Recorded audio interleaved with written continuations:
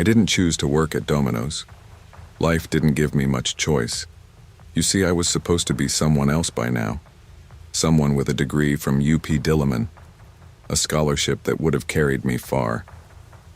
But when my scholarship was revoked, it wasn't because I failed, it was because my professor's son needed the slot more. You could say it was for the greater good, but it felt like a slap in the face. That was just the start of the spiral. My mom's cancer diagnosis followed soon after, and my father had already passed away years ago. I had to put my dreams on hold to pay for her meds. But working at Domino's, along with a second shift at the convenience store down the block, barely paid enough. And then there was Jomar, my boyfriend for 5 years, the one I thought was my future. But like the rest of my life, things went sideways. He texted me at 11:30 p.m. on a Tuesday, right after I finished the night shift. Sorry, my parents found someone better for me. Translation, a nurse with a US visa. I didn't cry at first, I couldn't afford to. Instead, I found myself sitting on the creaky Domino's break room couch, staring blankly at the ceiling, trying to figure out how to hold it all together. My phone was dying. My shirt smelled like stale pepperoni grease. And the loan sharks had just texted me a photo of their front door, splashed in red paint. I didn't have the luxury to break down.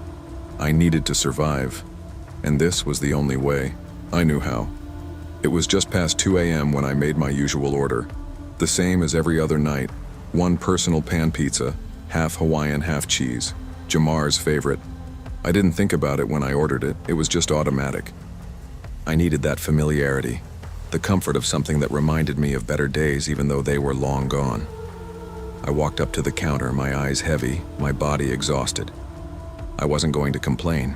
I couldn't. I wasn't the type to complain anymore. I said, hoping I sounded normal. He nodded without asking questions, like he always did. He slid the pizza over to me, then slid a brownie with it. Laki ng eyebags mo, ate. Tulog ka na. You've got huge bags under your eyes. Go get some sleep. I laughed weakly. Sleep wasn't something I had the luxury of anymore. I couldn't afford to sleep. I grabbed my food and my drink, then slouched into the corner booth. The soda was too sweet, the pizza too greasy. I took a few bites anyway. I just needed the sugar rush to get me through the next few hours. I didn't notice him at first, not until I caught the flash of movement in the corner of my eye. A man in his late 30s, wearing a Grab Food jacket, sat in the far corner. He wasn't ordering anything, just staring at the menu, twitching every few seconds. At first, I thought nothing of it. People came and went all the time at this hour. But then I noticed it. The way his left eye twitched uncontrollably, like he was forcing it to stay open. The way his lips kept licking over and over again, his tongue darting like a nervous habit. And then there was the most unsettling part, his fingers tapping out 315 on the table. My birthday. My heart skipped a beat. He never ordered anything, just stared and tapped and twitched. The more I tried to ignore him, the more his presence gnawed at me. There was something off about him, something deeply unsettling. When the door chime rang, I instinctively looked up, but I didn't see him move. He was still in the corner, still staring at me. My nerves tightened, my hand instinctively reaching for my phone. The battery was at 3%, but I couldn't be bothered to care. I just needed to finish this shift, and then it happened. The man stood up abruptly, knocking his chair over in the process. My heart jumped into my throat. He wasn't just standing, he was walking toward me, quickly. I tried to stand, but before I could react, he was already next to me, close enough that I could smell the staleness of his sweat. You're beautiful, just like my sister, before she killed herself. He slurred, his breath hot against my ear. I froze. The pizza pan was still in my hands, my mind was racing. I didn't know what to do, and then he pulled it out. A box cutter tucked into his waistband. It gleamed in the harsh fluorescent light, and I couldn't breathe. I couldn't move. The man smiled, his eyes wide with something I couldn't quite name. I didn't have time to think. I didn't have time to do anything. Then, Kuya Dan, the cook, was there. He hurled a scalding pizza pan at the man's face, causing him to stumble back in shock. "Run!" Kuya Dan shouted at me, shoving me toward the broken fire exit. I ran, but I could hear the man stumbling after me. My heart pounded in my chest as I darted into the alleyway, my breath ragged and sharp. But it wasn't enough. I turned just in time to see Kuya Dan's arm being slashed across, the bright red blood spreading in a sickening arc. I didn't look back as I ran. I don't remember much after that, just the sound of my ragged breath, the sight of my trembling hands as I knocked. On the nearest door for help, someone called an ambulance. Someone called the cops. The hospital visit cost me $3,500. The police barely cared. The officer yawned as he took my report, asking me stupid questions about why I was out so late. I wanted to scream. I wanted to tell him how I was just trying to survive, how I had no choice but to work these shifts, how I wasn't asking for any of this. But I didn't. At work the next day, my manager didn't even ask if I was okay. He just took one look at me and deducted $500 from my salary for the lost pizza pan. I couldn't even protest. What good would it do? It wouldn't change anything. Later that night, I checked my Facebook, and there it was. Jomar's new girlfriend had commented on one of my posts. "Grabe ka naman, for attention lang yan. You're just doing this for attention." I couldn't hold back the tears anymore. I just wanted to scream, but all I could do was sit there shaking. The next night, I returned to work. I had no choice. The loan shark still texted. My mom's chemo meds were running out, but now every time the door chimed, my hands shook. Every time a customer entered, I was on edge, watching them, wondering if they were the one, if they would be the next threat, if it would be my last night. And then a sick realization. The man had been standing outside the Domino's for 3 hours before he came in, watching me, waiting. It wasn't over. It never would be. I still work nights. I still wear the same shirt that smells like pepperoni grease. But I keep a sharpened pizza cutter in my bag now, and I sleep with the lights on. Just in case, because minimum wage doesn't just pay in pesos. It pays in the tension you feel when you're alone at night, when no one cares about you except for how much you can deliver. And that's the truth. No one cares if you live or die. In a world where survival comes at a price, sometimes it's not the money that hurts the most. It's the fear, the constant tension, and the knowledge that no one will mourn the delivery girl who fades into the background. We work, we bleed, we survive, and no one notices, but we keep going because we have no other choice.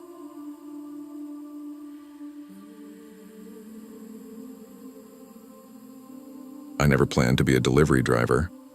Hell, I never planned to lose everything I had either.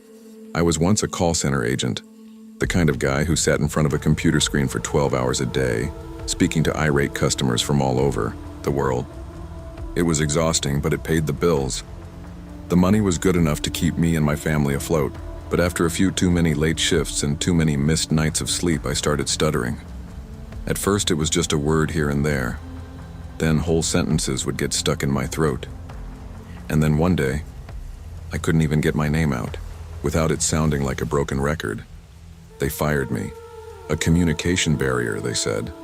The stigma of a stutter in a customer service role is one thing. Losing your income because of it is something else entirely. I was out of work for months. My father's dialysis was draining what little savings we had left. The medical bills were stacking up, and the loan sharks were calling every day, showing up at my door every week. I owed $180,000 now, and every time I told them I couldn't pay, they took something. My phone, my wallet, my motorcycle. Eventually, I ended up here, working the graveyard shift at Domino's, making deliveries when the world is asleep. The break room became my home. It wasn't much. Just a couch I pulled out of storage and the hum of the fridge to keep me company. I could hear my sister crying herself to sleep from the other room, her college tuition due tomorrow and no way to pay for it. I didn't even have enough to buy the textbooks.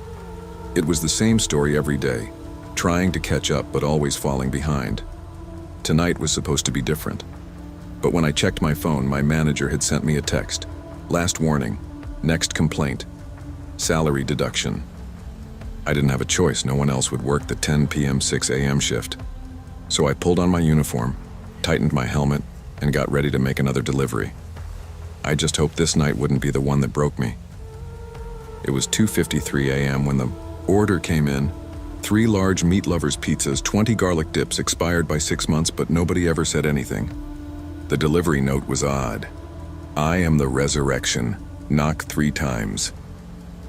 At first, I thought it was a prank. People had been getting creative with their notes lately, but this one felt different. Something about it made the hairs on the back of my neck stand up. I looked at the crumpled P1 1890 in my hand, damp with sweat and stained with a metallic smell like blood. Who orders meat like that at 3 a.m.? It didn't matter. Money was money. I slid the pizzas into the thermal bag, tied the dips in a plastic sack, and hopped onto my scooter. I'd been to some bad places before, places that reeked of desperation. But when the GPS led me toward Sitio Diablo, I hesitated. Sitio Diablo wasn't just another neighborhood. People said no one came back from there, or if they did, they never talked about what they saw. Still, I had no choice. The streets were empty, the night silent except for the sound of my scooter's engine coughing into the thick air. I passed the canal, the smell of it mixing with the staleness of the garlic crust. I couldn't see much through the thick fog, but the red glow of a solitary bulb from a boarded-up Sari store caught my eye. I killed the engine, and there he was, standing perfectly still in the doorway. A man in a filthy white robe. The man didn't move as I approached. I killed the engine, but before I could step off the scooter, he raised a rotting finger to his lips. "You will bear witness," he said, his voice like the scrape of dry leaves on concrete. My heart started racing, but I didn't have the luxury to back out. I handed him the pizzas, but before I could turn to leave, he grabbed my wrist. The skin on his hand was like leather, cold and wet. "Don't run," he whispered. "You must be part of this." I stared at him, confused, but he only smiled, a grim, wide smile.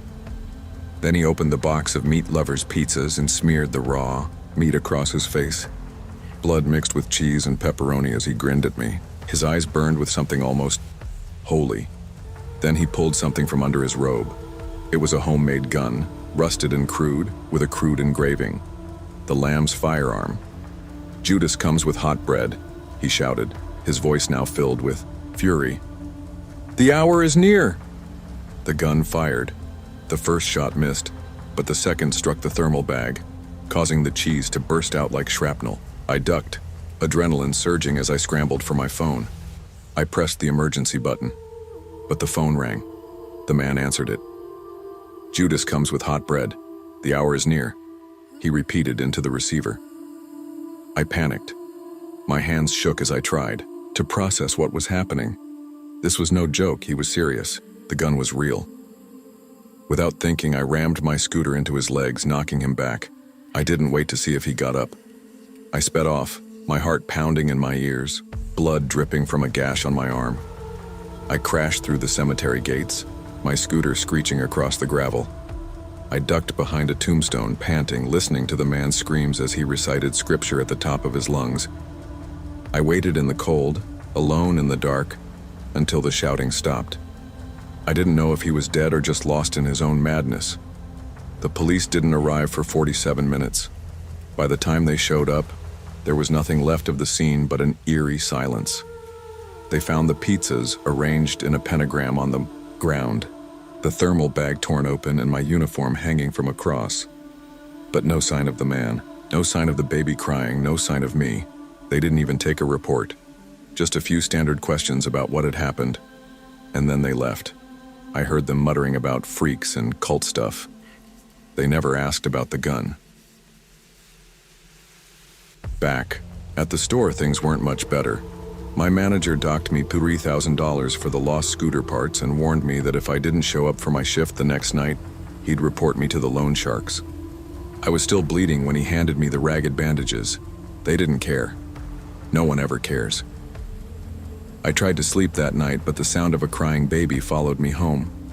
It didn't stop. Not when I walked through the door. Not when I lay in bed with my head covered. The next day, I opened an envelope. It was my sister's tuition notice, but instead of the usual due amount, it said, paid, scrawled in red ink. No, not ink, something darker. And then the orders came. Every night, the same. 3 meat lovers, 20 dips. For Brother Jonas. I couldn't. Stop it, I couldn't leave. I had no choice. The gig economy doesn't care about your trauma. It doesn't care if you're bleeding, if you've seen things you can't explain, or if you're losing your mind. It just wants you to keep moving, to keep delivering, to keep the wheels turning. I pressed accept again. What choice did I have?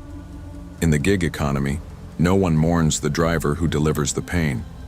You take the money, you take the orders, and you pray the tip is enough to make it through the night.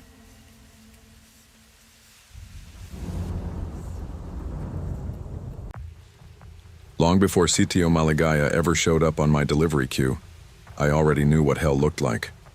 I spent 3 years in Qatar, mixing cement under a sun that felt like it was trying to erase me. They said I'd make good money, send some home.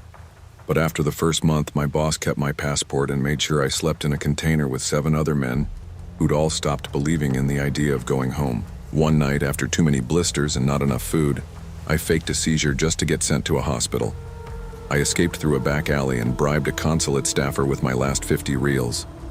I came back to the Philippines with nothing but a cracked phone and a debt I never asked for. Mom's kidneys went bad while I was gone. They said dialysis 3 times a week or she'd drown in her own blood. 450,000. That's what I owed to a loan shark named Dencio, who once mailed me a photo of our house burning, except it wasn't our house. Yet. Now I sleep in my cousin's rusted-out jeepney parked behind the Domino's in Antipolo. I shower, with a bottle of mineral water when no one's looking, and eat rejected breadsticks that fell on the floor. During the day, I dress the dead at a funeral parlor. At night, I deliver pizzas in a city that doesn't care if you're tired, broken, or bleeding. My helmet smells like wet socks and sadness. My scooter's brake light flickers like a dying firefly, but it still runs. Barely. Our store manager, Ken, vapes so much the bathroom smells like artificial watermelon. He once said, "You don't like it, quit." But quitting's a luxury. People like me can't afford. So when the order came in that night, Sitio Maligaya, 3 boxes of ground beef and 20 garlic dips, I didn't ask questions. I saw the P500 tip and told myself, that's 1 dialysis bag. That's half a day my mom gets to stay alive. So I loaded the order, and I prayed to a God I hadn't spoken to in years. It was 11:08 p.m. when I left the store. The roads were quiet, not peaceful, just dead quiet, like even the stray dogs knew to go home. My scooter coughed like it had tuberculosis every time I hit second gear. The pizza bag was already warm and slick in my hands from old grease. Smelled like meat and desperation. GPS said Sitio Maligaya was 8 kilometers away, tucked behind a gravel road that didn't show up unless you zoomed in like hell. Even then, the app glitched, froze, restarted. I'd heard stories. Some drivers said their phones bricked the moment they got close. One guy disappeared for 4 hours and came back swearing he saw a pig walking upright, humming Bahay Kubo. I thought they were just high. But as I turned off the main highway, something changed. Not just the road, everything. No streetlights. No sari-sari stores. Just dirt and fog that moved like it had hands. I passed a scarecrow with no eyes and a basketball hoop made of bones. Actual bones. I didn't stop to check. The farmhouse appeared like a virus on the screen. Flickering bulb, chicken wire fence strung with hanging animal skulls, a goat leg nailed to a tree. I swear to God I wanted to turn around, but that P500 tip. I parked by the gate. Didn't knock, like the note said. I was turning to leave when the gate creaked open by itself. He came out barefoot. Guy in his 60s, maybe older, face like dried leather, white tank top stained brown at the armpits. His dentures were crooked, blood-colored on the edges, hands like a butcher. He grabbed the bag and smiled. "Salamat, my daughter loves fresh meat," he said, licking his cracked lips. And behind him in the doorway I saw her, a little girl, 10 maybe. One eye swollen shut, hair matted, thin. She mouthed a single word, too long. Help. I froze. My feet were concrete, my stomach twisted, but instinct kicked in. I pulled out my phone, fake call style. Yes, sir. Going back now, I said loud. Then I rode. Hard. I didn't stop until I saw a lit McDonald's sign and threw up into an empty paper bag. By 12:17 a.m., I was at the Antipola precinct, smelling like garlic dip in fear. The officer at the desk barely looked up. When I mentioned Sitio Maligaya, something in his eyes shifted. Not surprised, just annoyed, like I'd dragged mud into his house. He muttered, "Someone else reported this before." I pushed, described the bones, the man, the girl, the weird order, the blood smell on the money. One cop scribbled a fake note on a receipt. Another leaned back and said, "Maybe they were just hungry." I knew what hungry looked like. That girl wasn't hungry. She was imprisoned. Still, they told me to go home.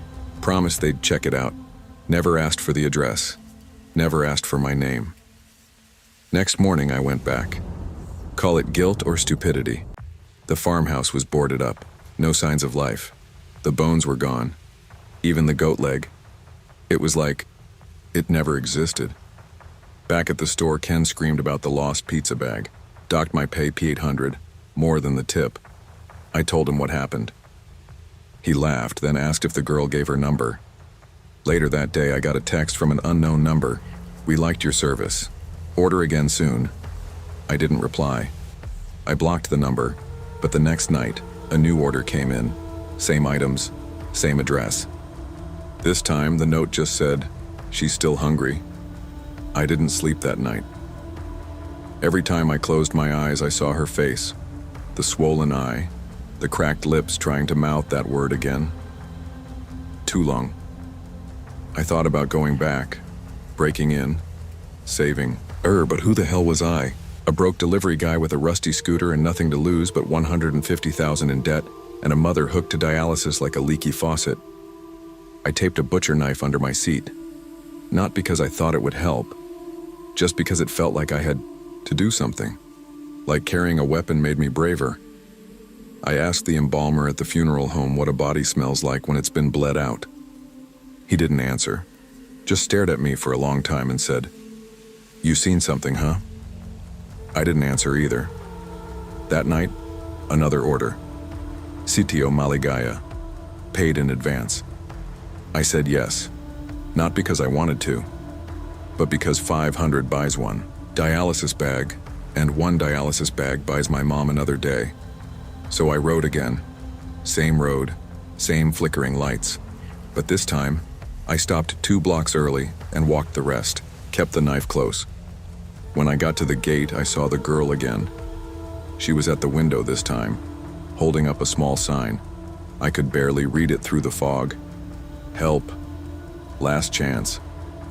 I dropped the pizza bag at the gate. Then I ran. Not back to the scooter, but around the house, through the weeds, past the coop full of crows with no eyes. I broke the back window. She was there, crouched, crying, shackled to the bed. When I cut the chain, she whispered, "He eats them." What? Kids, from the city. Pizza guys bring the meat. I couldn't breathe, but I carried her out anyway. We didn't make it far, just a few blocks down. Headlights caught us. It was the butcher. He didn't yell. He didn't chase. He just stood there in the dark, staring at us, holding a garlic dip in one hand like a joke. Smiling, I revved the scooter and drove without stopping until we reached a church. Left her at the steps, told the priest what I could, enough to make him call child services, not enough to make him believe everything. She's safe now, I think. No one talks about it. No police came. No news report. No arrests. The farmhouse? Burned down 2 weeks later. Electrical fire, they said. I still work at Domino's. Still dress the dead. Still tape the butcher knife under my seat. Sometimes I get strange orders. Bags of meat. Too many dips. Late at night. I cancel them. When I can. Other times I forward them to a burner phone I left in the gutter. But I keep writing.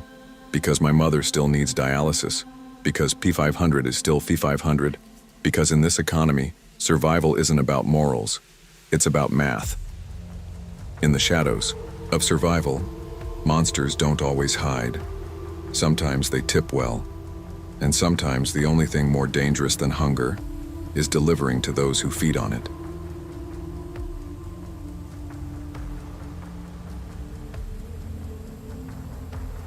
My name is Rico, but people call me Boyette, mostly out of habit. I dropped out of senior high a year ago when my father's tricycle got impounded. He worked long hours as a driver, but the city wasn't built for people like us. His tricycle was his lifeline, his way of earning, his only means of survival. When they took it, they took everything. It didn't help that I had a sister who needed constant medical care. I didn't know where else to go, and no one was there to show me the ropes. So I did what any 18-year-old would do when there's no way out. I took whatever job I could find. Domino's was the first one that called back, and that's how I ended up here working 16-hour shifts. Domino's during the day, a funeral parlor at night. Sometimes I deliver pizzas to wakes. Nothing says thank you for your order like handing out garlic bread to people dressed in black. I live in the storage room behind the shop now. My uncle's an alcoholic, and the last time I stayed at his place, he nearly kicked me out for not bringing him enough booze. At least here, I don't have to worry about that. The job doesn't pay much, but it's something. But life has a funny way of stacking problems on top of problems. The scooter I ride is falling apart. The brakes barely work, and sometimes I have to yank the throttle just to keep the engine from stalling. My sister's medicine costs $200, and it's always something else. The manager docked my pay this morning for a lost soda. Like I have time to lose a soda. Tonight feels different, though. Maybe it's because my sister's fever isn't breaking, or maybe it's the way the air outside smells like stagnant water. Either way, I can't shake this feeling that something's about to happen. It's almost midnight when the order comes, and it's number 315, 2 large meat lovers pizzas, 10 garlic dips, expired of course, and a delivery note that reads, "Leave at the blue gate. Don't knock." No big deal. The deliveries at this hour are almost always strange. People in Barangay Masikap are used to getting deliveries that don't make sense. Late night orders, unmarked bags, strange instructions. I load up the pizzas into the thermal bag and try to steady my shaking hands. The brakes on the scooter are worse tonight. I'm just trying to keep my head down, finish the shift, and get home without getting into any trouble. The address leads me to a boarded-up sari-sari store near the back of the barangay. The neon cross on the corner flickers in the night, casting an eerie glow on everything. It's so dark here, the kind of darkness that makes you feel like the world is holding its breath. I stop in front of a blue gate. I can smell something rotting behind it, but I don't have time to think about it. The child's laughter I hear in the distance sends a shiver down my spine. It's the kind of laughter that doesn't belong to a child, the kind that echoes too long. I knock on the gate twice, but no one answers. I check the delivery note again. Don't knock. I leave the pizzas there and start to walk back to my scooter. But as soon as I turn around, the gate creaks open. A man steps out. He's wearing a tattered security guard uniform. The kind you see on people who work night shifts for too long. His eyes are bloodshot. His jaw twitches like he's been awake for days, and his fingers are stained with something dark. He reeks of gin and menthol ointment. I try to smile, but it doesn't come out right. I shift the thermal bag in my hands, feeling the sweat on the back of my neck. "Salamat sa pagkain. Kaso kulang ang sauce," he says, his voice slurred. His breath smells of alcohol, and I try to ignore it. I try to pull away, but his grip on my wrist tightens. I glance at his other hand and freeze. He's holding a rusted ice pick, the kind you'd use for a butcher job. My pulse races, and panic floods my body. Behind him, I notice something moving in the shadows. Small figures darting out of view as quickly as they appear. I squint, trying to make sense of it, and then I see it. The child's slipper near the door, covered in something that looks like dried blood. I feel my throat dry up. Something's wrong. I try to back away, but the man tightens his grip on my wrist. "Please," I mutter, but I don't think he hears me. I've seen enough to know that this is no ordinary delivery. This is bad. Real bad. I don't think. I just react. I slam the thermal bag into the man's face, hoping to buy myself a second to break free. Hot cheese burns his eyes, and I take the opportunity to yank my wrist free. The ice pick whistles past my ear as I sprint toward my scooter. My legs are already burning from the effort, but I push through it. I glance behind me. The man stumbles but doesn't fall. His feet drag across the ground, and the small figures in the shadows are starting to move closer. I don't stop. I can't. I make it to my scooter, and I fire up the engine, the sound of it roaring to life as I peel out of there. The thermal bag gets caught on the fence, ripping, but I don't care. I don't look back. I don't need to. I just need to get out of there. The next day, I report the incident to the police, but when I mention the children, they laugh it off. Mga adik lang yan, naghahanap ng pulutan, one officer says, shaking his head. They don't even ask for my name. They don't care. Domino's isn't much better. My manager docks $2,500 from my pay for the lost thermal bag and abandoned order. I try to argue, but there's no point. The system's designed to punish people like me, people who don't matter. I get home to find that my sister's medicine is now $500. I get a text from the loan shark with a photo of our family home. It's clear he's watching me. The next day, the news reports missing street kids near the delivery area. They're calling it a trend, but I know the truth. I left something behind. Something bad happened there. I can't shake the feeling that I was too late, but I have to keep going. I have to work. Because $500 buys me a little bit of time. It buys me a moment where I'm not drowning in debt. It buys me a small slice of freedom, and that's all I can ask for in this world. In a world that demands everything from you, there's no room for questions. You deliver what they order, no matter the cost. Because in the gig economy, survival comes in small payments, short breaths, and an ever-present fear of what might be waiting for you on the other side of the gate.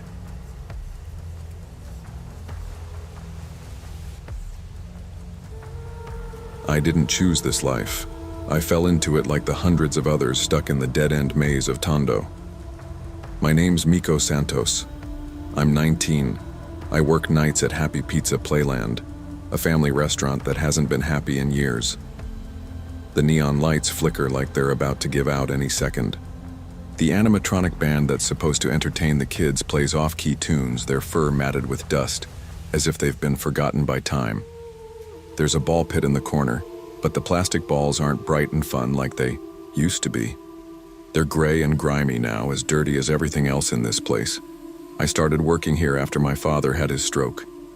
We couldn't afford the hospital bills and the insurance wouldn't cover it.